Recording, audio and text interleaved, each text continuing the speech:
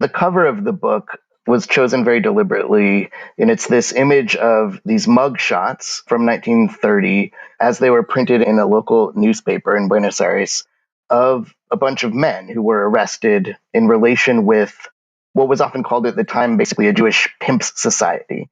But the Varsovia Israelite Mutual Aid and Burial Society later changed its name to the Zvi Migdal Society. Was an organization of mostly men with some women who were involved in managing sex work, often at higher levels. They were maybe involved in bringing women over from Eastern Europe. They were involved in owning brothels, sort of remodeling spaces so that they would fit changing brothel regulations, moving people around between the capital and the provinces. So, a range of aspects of sex work.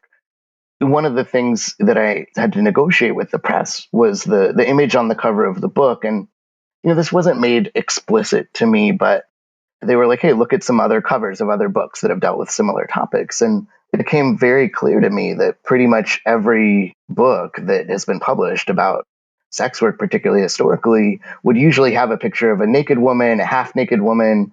And I was like, oh, I'm like actually too much of a second wave feminist to put a naked woman on my book cover.